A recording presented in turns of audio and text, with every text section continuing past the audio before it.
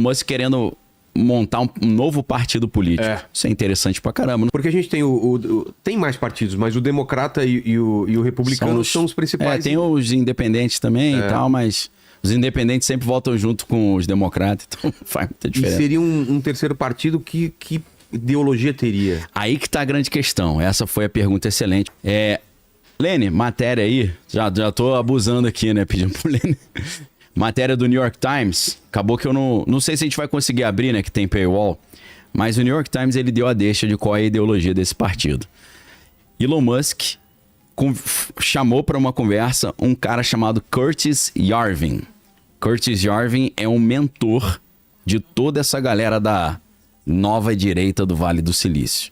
O problema é que esse cara... Não é mais a direita, aquela tradicional Ronald Reagan. Não. E tal. É uma nova direita. Muito pelo contrário, é uma direita que eu acho que finge que é direita, porque não é direita nem esquerda. Os caras são, no final das contas, e é fácil você comprovar isso, monarquistas. O quê? Monarquistas. Curtis Yarvin é um monarquista, mas assim, ele dá uma descalibrada na ideia de monarquismo, né? Ou de monarquia. Porque ele diz o seguinte, um CEO é um monarca. Um monarca no sentido de mono é um que é o poder. Então é um cara que tem o poder. Ele toma as decisões. Só que daí sai uma série de linhas muito complicadas, na minha opinião, problemáticas. Por quê? Com essa ideia de que o CEO de uma empresa é um monarca, ele quer substituir os governos por corporações. Não tem mais uma democracia representativa que você escolhe o teu representante. É uma espécie de... que na tecnocracia lá dos anos 30 se chamava tecnato. O que é o tecnato? Os caras mais desenvoltos na ciência e na tecnologia, eles vão governar... Os mais preparados. Os mais preparados e eles mesmos... Tecnocracia. Eles mesmos escolhem quem vai governar. Então, por trás desse movimento que também... tem vários nomes. Por exemplo... esse movimento que esse filósofo Curtis Yarvin, ele é da computação também, ele já criou startups e tal, ele é um dos pioneiros lá das startups do Vale do Silício. Ele fala sobre o movimento neo-reacionário. O movimento neo-reacionário é isso. Vem desse cara chamado Curtis Yarvin, e o problema é que não é só o Elon Musk que se inspira nesse cara, o Peter Thiel também, que é o cara que está pilotando isso tudo nos bastidores. Eu costumo até dizer que quem realmente governa os Estados Unidos é o Peter Thiel. Ah, é? Porque o Peter Thiel, ele não é um cara que ele simplesmente montou empresas de tecnologia, ele quer fazer uma engenharia da sociedade. Essa é a matéria do New York Times, uma matéria recente, né? Elon Musk consultou Curtis Yarvin, pensador de direita, né? Sobre o seu terceiro partido, né? Fiz a tradução aí. Quer traduzir o subtítulo aí? Você quer? Não. Que é bom em inglês? Tá enxergando bem? Não tô enxergando bem. Que daqui tem uma luz na minha frente aqui. Os dois homens falaram sobre o desejo do Elon Musk para criar o America Party, né? O Partido da América, antes das eleições de meio termo, né? De midterms. O senhor Yarvin expressou apoio para a monarquia, junto com ideias provocativas sobre questões raciais. Cara. Esse cara é totalmente louco. Na minha opinião, né? Não sei. Às vezes você pode achar legal, mas o Curtis Yarvin, ele tem essa ideia de que o povo é ignorante e, sendo ignorante, não tem condição de escolher um representante adequado. Então, a sociedade deve ser governada pelos melhores e para isso não precisa de eleição. Eles mesmos, os melhores, é por isso que é uma espécie de aristocracia, né? Lembrando que a aristocracia, a etimologia da palavra, a origem da palavra é interessante, porque em grego a galera fala arete, mas em grego fala arite. Arite significa virtude. Então a aristocracia é o governo dos virtuosos, os melhores, né? Então na Grécia você tinha o povão, que era o demos, e você tinha os ariste, ou escreve aristoi, que eram os melhores. Então você tinha povão, demos, democracia, governo do demos, governo do povão. Aristocracia, governo dos melhores. Essa filosofia toda do Curtis Yarvin, ela parece que é uma filosofia em prol do povo, mas é uma filosofia altamente elitista e altamente cúria. É totalmente em desfavor da população. Então o Curtis Yarvin, ele defende, por exemplo, um negócio chamado Dark Enlightenment, que é um iluminismo sombrio. Aí você fala, cara, o que é isso? A ideia é o seguinte, ele inventou um conceito chamado a catedral. O que é a catedral? É o movimento progressista hegemônico que domina a sociedade. Então a ideia dele é você derrubar a catedral, que é esse governo, é esse sistema progressista hegemônico, e substituir isso por um iluminismo sombrio.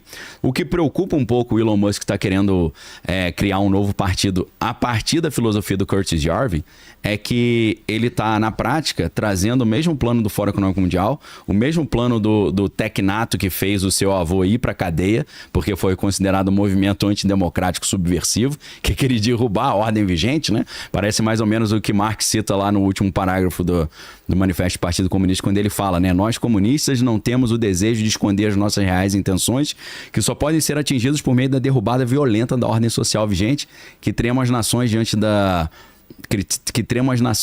revolução do proletariado, porque nós não temos nada a perder senão os grilhões que nos prendem, proletários do mundo todo univos.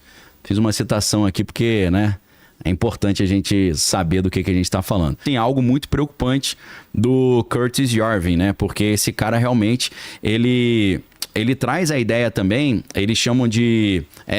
o modelo de governo que eles propõem se chama Gov-Corp, GovCorp, que é um governo-corporação. Então, eles não pensam num presidente eleito pelo povo, eles pensam numa corporação que é liderada por um CEO, e esse CEO é um monarca, porque ele decide o que ele faz, doa quem doer. E ele dá um exemplo, por exemplo, ficou ruim, né? Ele dá o exemplo do FDR, que é o Frank Delano Roosevelt, presidente Roosevelt, que ele disse que ele era um exemplo não de um presidente, mas de um CEO, porque esse cara governou um tempasso nos Estados Unidos, período da Segunda Guerra Mundial. Se eu não estou enganado, ele ficou 16 anos no poder, o que é uma maluquice da gente imaginar. E foi por causa dele ter ficado tanto tempo no poder que em 1953 os Estados Unidos criaram a regra de o cara não pode ficar mais de 2 mandatos. Uma regra que talvez em 2029 o Trump vai atropelar. Eu tô com essa suspeita que o Trump vai tentar um terceiro mandato por bem ou por mal. Por bem, seria mudando a interpretação dessa dispositivo legal americano que impede 3 gestões. Qual que seria o argumento? O Trump governou de 2017 a 2020, aí saiu, depois ele volta agora em 2025. Então a ideia da jurisprudência ou da hermenêutica jurídica é interpretar o texto que fala que não pode haver 3 governos, 3 mandatos, ele vai tentar dizer não pode 3 consecutivos. Eu não tive 3 consecutivos, eu pulei um. Sim. Então eu posso ter 2 consecutivos. A partir de 2029 eu tenho um segundo ali ou um terceiro. Então esse é o por bem, né? Por mal, os Estados Unidos caíram numa guerra civil devido a vários problemas que podem acontecer.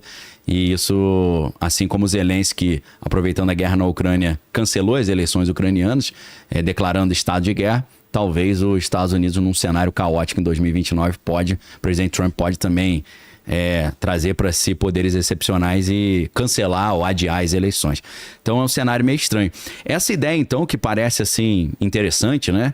Principalmente tem um apelo forte para quem é conservador, porque o Curtis Jarvis fala, a gente tem que destruir a catedral. Aí você fala, o que é a catedral? Catedral é o sistema progressista hegemônico que domina o mundo. Aí os caras que são conservadores falam, ótimo, então eu tô atrás de você. Só que ele quer substituir isso por um governo tirânico, pô. Uma monarquia tecnocrática. Então você troca um negócio que para eles é ruim por uma coisa que, na minha opinião, é 100 vezes pior. Então, assim, algo que a galera não entendeu, e eles usam também conceitos assim que parecem muito modernos, como Startup Nation, uma nação startup.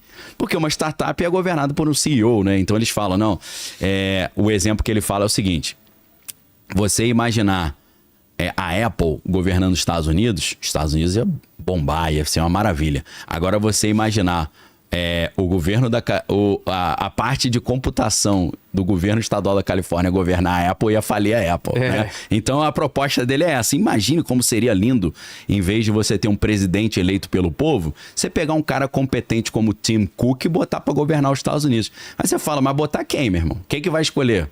É a revelia do povo, pô. Pois é. É isso que esses caras estão propondo. Então, assim, eles gostam muito da figura, por exemplo, de Júlio César, como tirano, né? Júlio César era um tirano de Roma, né? Ele implementou uma ditadura em Roma. Foi morto por causa disso.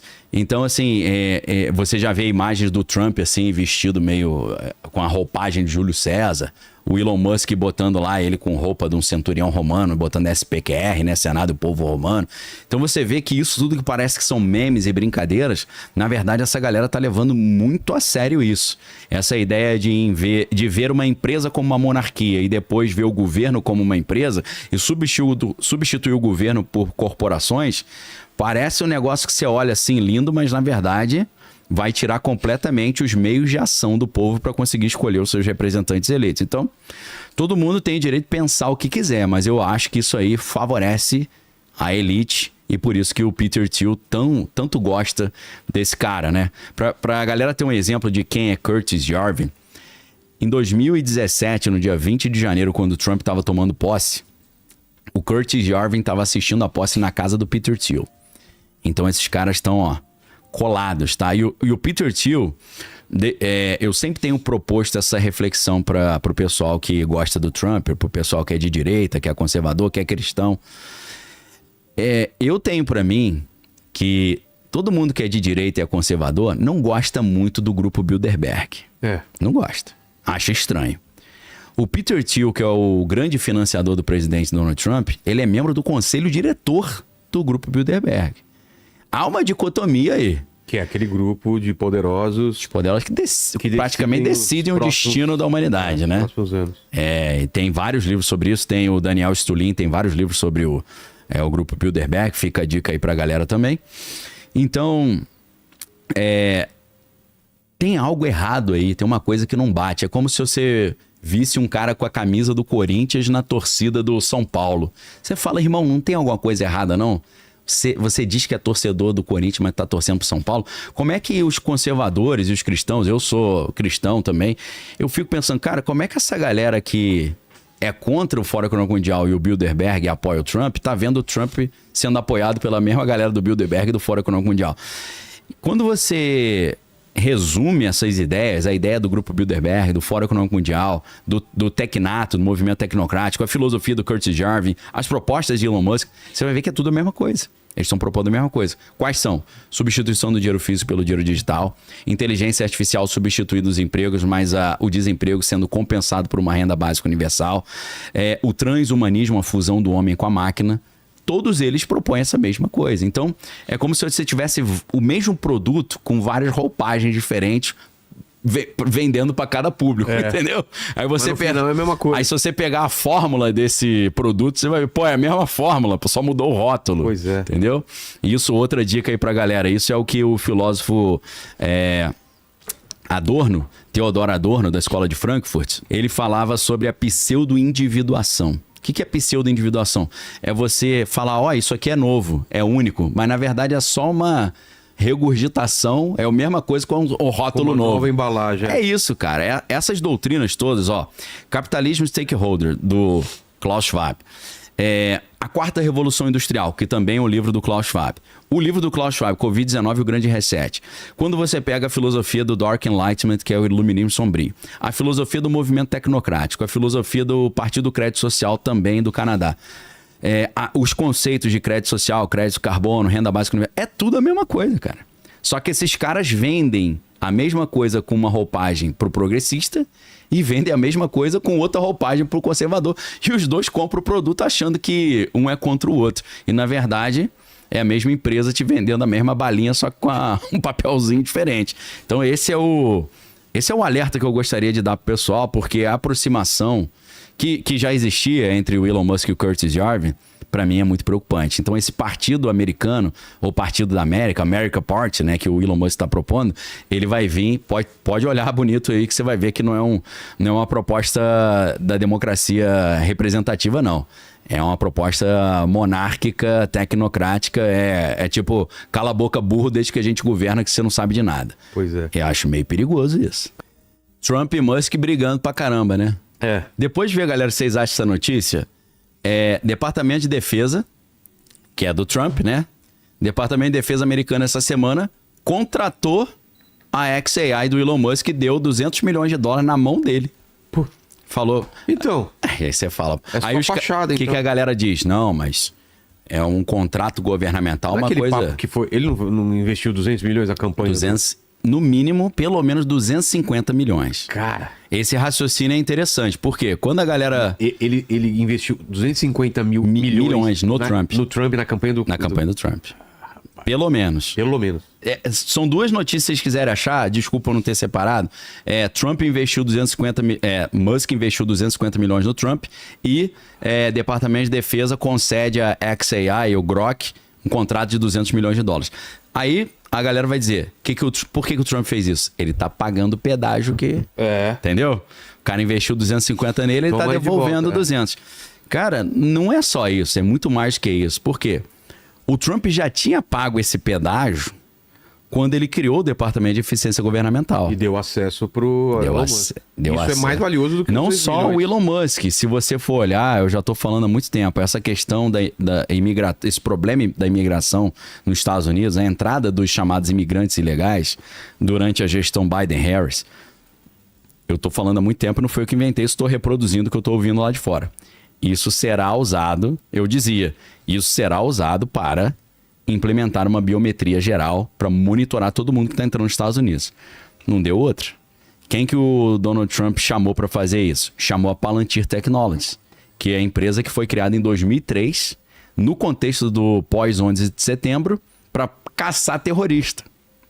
Então, várias dessas empresas que a gente está vendo chegar hoje ao poder, lembrando da posse do Trump dia 20 de janeiro de 2025, você só viu os caras do Vale do Silício. Era só Jeff Bezos, Mark Zuckerberg, Elon Musk. Olha lá a matéria, ó. Por isso que eu falei mais de 250 milhões, tá vendo? Matéria aí de 6 de dezembro do ano passado. Essa é a primeira. Entendeu? Então tem gente achando que o Trump agora, com esse contrato, pagou o pedágio. Não, ele já tinha pago. Porque a ideia é que o Vale do Silício está querendo assumir o controle do governo americano. Não apenas eles assumirem como corporações do Vale do Silício, mas a governança de inteligência artificial, a inteligência artificial governando, tomando as decisões. Isso é o primeiro passo para a substituição da nação por um tecnato.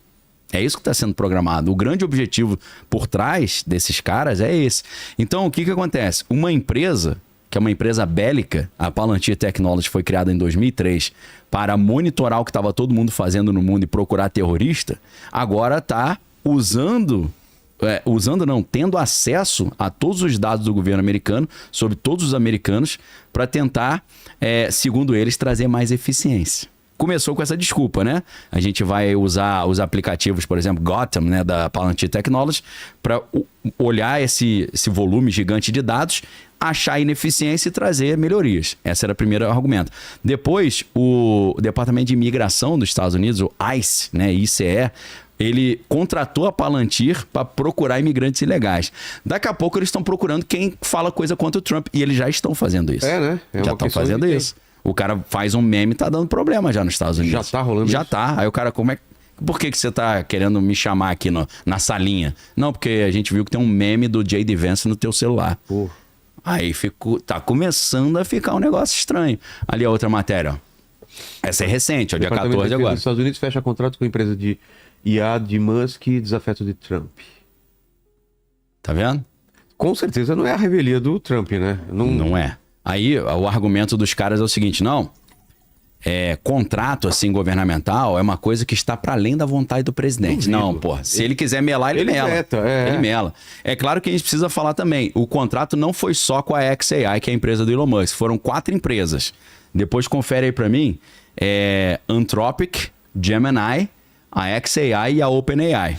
Então, ok, não foi, o Departamento de Defesa não deu só o contrato para a inteligência artificial do Musk. Deu para outras 4 empresas. Cada uma delas recebeu 200 milhões de dólares. Então, o total é 800 milhões de dólares. Ó, a paulada de grana. Agora, o que está lá embaixo... eu não sei se nessa matéria tem isso, mas o que está embaixo da matéria é a grande pergunta.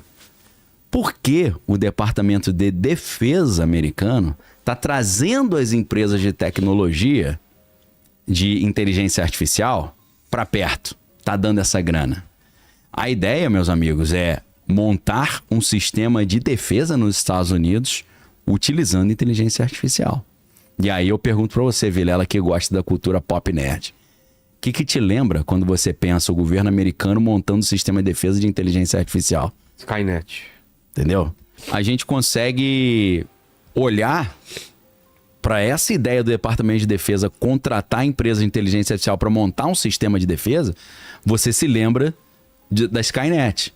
E isso te ajuda a você refletir sobre as questões éticas e os problemas envolvidos nisso, que todo mundo já tem alertado. Será que entregar a autonomia de decisão da guerra e da gestão governamental para a inteligência artificial é seguro? Ou isso será que pode dar algum tipo de problema? Então, essa ideia do Elon Musk, do governo americano trazer empresas de inteligência artificial para cuidar da defesa é altamente preocupante. É preocupante, inclusive, por causa desse objetivo que o Vale do Silício tem. Será, Daniel, que esse movimento não é porque a gente não sabe, mas porque China também está fazendo esse movimento? Total. Provavelmente, né? Porque Total. a gente tem muita gente prevendo a guerra do futuro, uma guerra entre inteligências artificiais, não é isso? É exatamente isso, com certeza. Eles devem ter informação que a China também tá fazendo esse caminho, de repente. Então, quando você vê hoje o que os bilionários internacionais estão colocando os filhos para estudar, tem matérias sobre isso. Eles estão botando os filhos para estudarem agricultura. Nossa. Que vai ser fundamental. Inteligência artificial, obviamente, e filosofia. Por quê? Por que filosofia? Porque a filosofia, pensando na ética, é o último bastião de defesa contra uma tomada de poder das máquinas. Então, o que acontece? Enquanto no Ocidente você tem um debate filosófico profundo sobre os problemas éticos da inteligência artificial, ou os perigos da inteligência artificial, na China você não tem muito isso, né? Não tem uma galera de filósofos falando, vamos pensar hipoteticamente, um exercício mental aqui, os problemas da inteligência artificial, de trazer desigualdade, tirar emprego, ter que gerar uma renda básica universal, a humanidade ficar presa, né, a esse sistema. Lá não tem isso. Então, quando você falou que os Estados Unidos estão investindo a inteligência artificial na defesa porque a China já está fazendo, não apenas a China está fazendo, mas a China não tem os mesmos obstáculos e as mesmas regulamentações que existem no Ocidente. O Trump veio para mudar isso. Eu sempre tenho falado, né? O ponto-chave, quando o Vale do Silício parou de apoiar o Biden, passou a apoiar o Trump, foi quando teve uma reunião entre a gestão Biden-Harris e vários... Eles chegaram a apoiar o Biden? Apoiavam. O Vale do Silício sempre foi progressista. Sempre foi. Progressista. O único ponto fora da curva era o Peter Thiel, que apoiou. O Elon Musk? O Elon Musk sempre foi democrata. É? E o próprio Trump era democrata. O Trump muda recentemente, porque a galera não conhece muito a história do Trump. Trump era amigão do Bill Clinton, da Hillary Clinton, dessa galera toda. Então, esse pessoal deu uma guinada pro Partido Republicano recente. Acho que o único que não deu uma guinada recente pro Partido Republicano foi o novo Papa, né? O Robert Prevost, o Leão XIV, que desde 2012 é filiado ao Partido Republicano, né? Que é um problema. Mas o que acontece? Essa galera do Vale do Silício, que sempre foi progressista, inclusive, eu vou citar um outro livro aí, esse eu só me lembro em inglês, não sei se tem em português. Who Owns the Future? A quem pertence o futuro ou quem domina o futuro? Do Jaron Lanier. Jaron Lanier é Jaron com J Lanier. Jaron Lanier. Jaron Lanier é um cara, um gênio, cara figuraça, né? Tem uns dread assim, gordão, músico, figuraça. Foi ele que criou o termo realidade virtual. Ele inventou esse termo, Virtual Reality. Ele já foi engenheiro-chefe da Microsoft. E ele é um dos poucos caras de dentro do Vale do Silício, os insiders, né? Até você falou da insider, eu lembrei agora aqui. Ele é um dos poucos insiders do Vale do Silício que critica o Vale do Silício. Ele é aquele cara que escreveu o livro 10 motivos para você deletar suas redes sociais. Sei. Que ele fala que se você usa de graça, é você que é o produto, né? Quando você não paga para usar um serviço, você que é o produto a ser vendido por causa da mineração de dados, né? E tal, Big Data e por aí vai.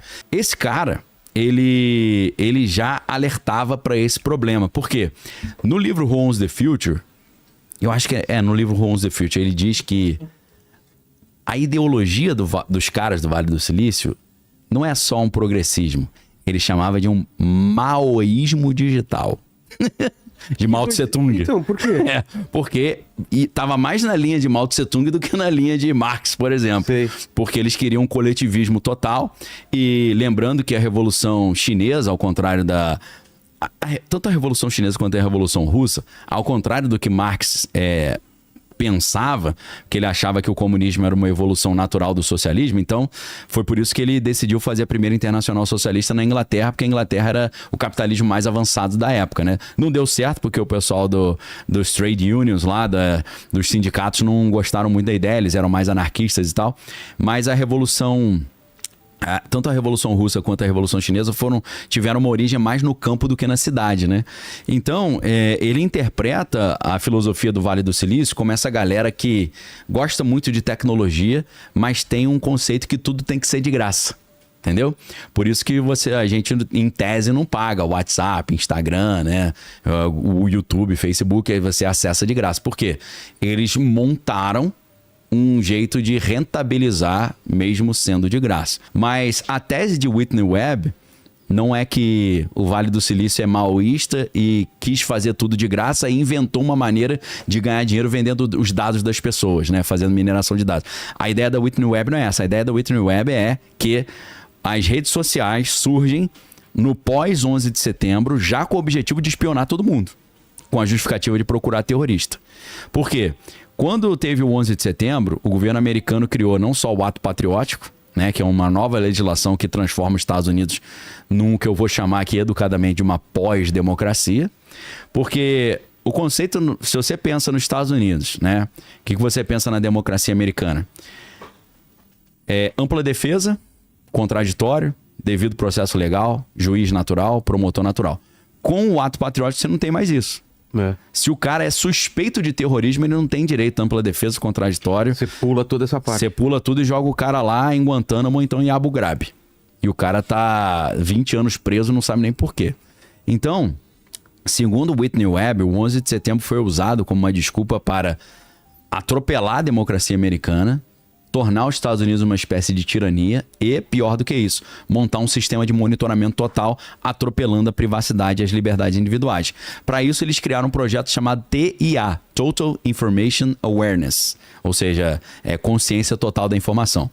Qual que é o objetivo? Espionar todos os americanos com a desculpa de saber se alguém é terrorista. Mas, na verdade, é para ter controle sobre todo mundo. Claro. Né? É o mesmo pensamento, né? De chantagear. É a mesma ideia. Precisar. Aí o que acontece? Quando o Congresso e a população descobrem que o governo americano está espionando todo mundo, mesmo com a desculpa de procurar terrorista, eles falam, não, isso aí não pode não. Aí o Congresso se levanta contra esse projeto e fala, parou, tem que parar. E aí a gente falou isso na outra vez que eu vim aqui. O Total Information Awareness, ele para no dia 3 de fevereiro de 2003 e o The Facebook é inaugurado no dia 4 de fevereiro de 2003.